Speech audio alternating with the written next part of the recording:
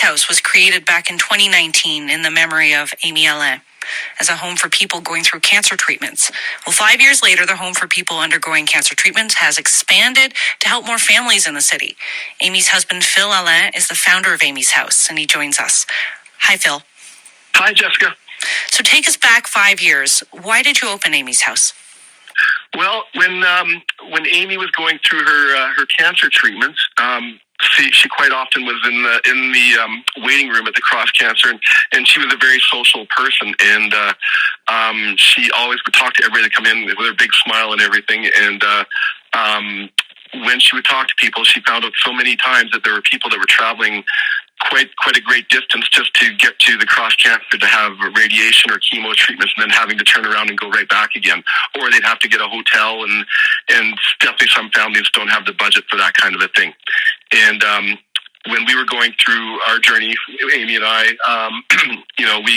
we had an unbelievable community supporting us, and she said, well, when she beats her cancer, she's going to set up a house for cancer patients. And unfortunately, Amy succumbed to her cancer in actually February 22nd of 2019, and she didn't get to see the house come to life. But myself and all her friends thought we would honor her and put the house in motion. And by September of 2019, we opened the first house.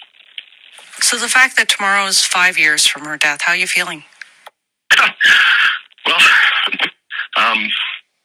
yeah, it's, grief is tough. It's something that, you have your own grief, and then you have to watch your kids go through the grief. My kids were 8 and 6 when they lost their mom, and as they get older, it's like the onion peels, and they start to realize what it is, what they actually lost. I mean, I think when you're a child, you know that they're gone, but as you get into your teen years, you start to realize you don't have a mother, and it's heartbreaking. I can imagine. And channeling all of those really tough feelings into this project, was it helpful for you to be able to say, okay, we're going to help people in this way? Oh, absolutely. I mean, like it's to bring her dream to life was, first of all, remarkable, and to it was, especially the first house, it was like a healing project for us all, because the volunteers and the community rallying around the house to renovate it, to just gather, it was almost like a place to come and just think of Amy, and then to watch it. The first house was full for 3 years or whatever. Yeah, almost 4 years, and we just thought, maybe someday we could expand, and sure enough, last year we were able to open a second home, so it was pretty exciting. What is it like operating these two homes, supporting all these families? Well, of course, it's very rewarding. I mean, for myself, it's taken me a long time to even meet the families. It's it's kind of what they're going through, and we talk about Amy all the time at home, and like it's almost like Amy's around still, but it doesn't take away the scars of anybody that goes through cancer. You know what it's like on those journeys, and I've gone to the house a couple of times to meet families, and it's still hard for me to just see what they're going through and knowing what they're having to think. But there's been so many great stories of people that have beat their cancer, and they've used the house for that mode, and we've had some sad stories as well, but knowing we can provide comfort for people on an already extremely challenging journey, and to have a home where they're not with anybody else, they're all by themselves in this house. They can bring their children, they can invite friends over like they're having dinner at their own house, and it's just such a blessing, for us to provide it, and for people to experience it. How many families have been a part of this over the years?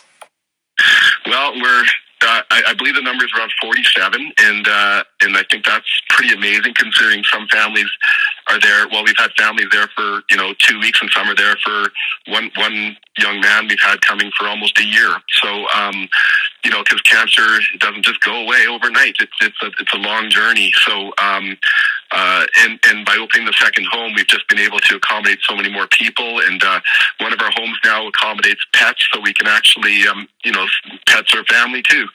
So we can actually have one home that allows people to bring their other loved one, their pet, along with them. So it's been really wonderful to see that. When I went through cancer myself, I found it really tough to find people, to connect with people who knew what I was going through.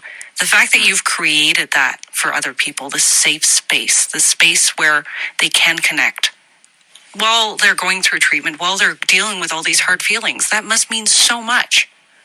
Yeah, very much. Like I mean, like Amy and I knew the blessing we had in our community. The community just wrapped their arms around us, and it was remarkable. And to pay it forward this way is amazing. And you know, the only way these homes keep going is by the fundraising that we do and the people that keep giving, and the giving keeps going. And we put on a big event every year, like on March 16th this year, we have a big gala event that we take over an entire mall, and people come from all over the place, artists, musicians, and everything, and it's all to raise funds for Amy's house, and now that we have two homes, we need to raise that much more money, but it just keeps happening, and we get donations from the strangest places, and because people just know how valuable it is, and yeah, I mean, like you said, like cancer can be pretty lonely. Like there's people that come to our house that have nobody, but when they come to our house, they have our family now, the family that we've created through the house, and I think that it's just nice to feel like you're loved even in a tough time. So what are your plans to continue this community of love, continue this community of support, and continue to grow it? Well, I mean, we're still so new. We just got charity status last fall. So, I mean, I the problem with me is I'm a big dreamer, and I always think too big. So I have people around me that kind of, you know, roll me back in. So, you know, if we can keep two houses going, I think I'll be really happy with that, because to have two houses going, making a difference, that's incredible. If it does grow beyond that, I mean, fantastic. But baby steps, I guess. I mean, I do have dreams of you know, 6 to 10 homes, but and my kids love the fact that people have, like, they're actually homes that, the first home was actually a home that we lived in as a family, Amy and myself and the kids. So it's kind of like a reunion every time we go back to the house. Good memories. So I don't know what the future is, but if we can keep two houses going with the support from our community, I'll be thrilled. If we could hear Amy's reflection on this, what do you think she would say after 5 years of Amy's house? She said, I only wanted one, not two.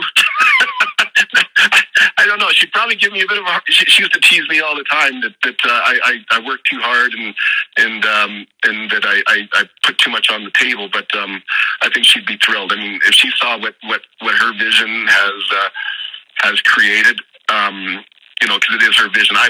This wasn't me. This was her. I mean, I had to put it into action, of course, but I mean, she's the one that had the idea and wanted it to happen, and I think she'd just be so amazed that the community came together for it, and from our family's perspective, you know, we get to say Amy's name all the time now, which I love. Phil, thank you for sharing this, and it really does feel like Amy's here with us and with your project. Thank you very much. Really appreciate you giving us the time. Phil Alain is the founder of Amy's House. He opened the home 5 years ago to support families going through cancer treatment in memory of his late wife, Amy.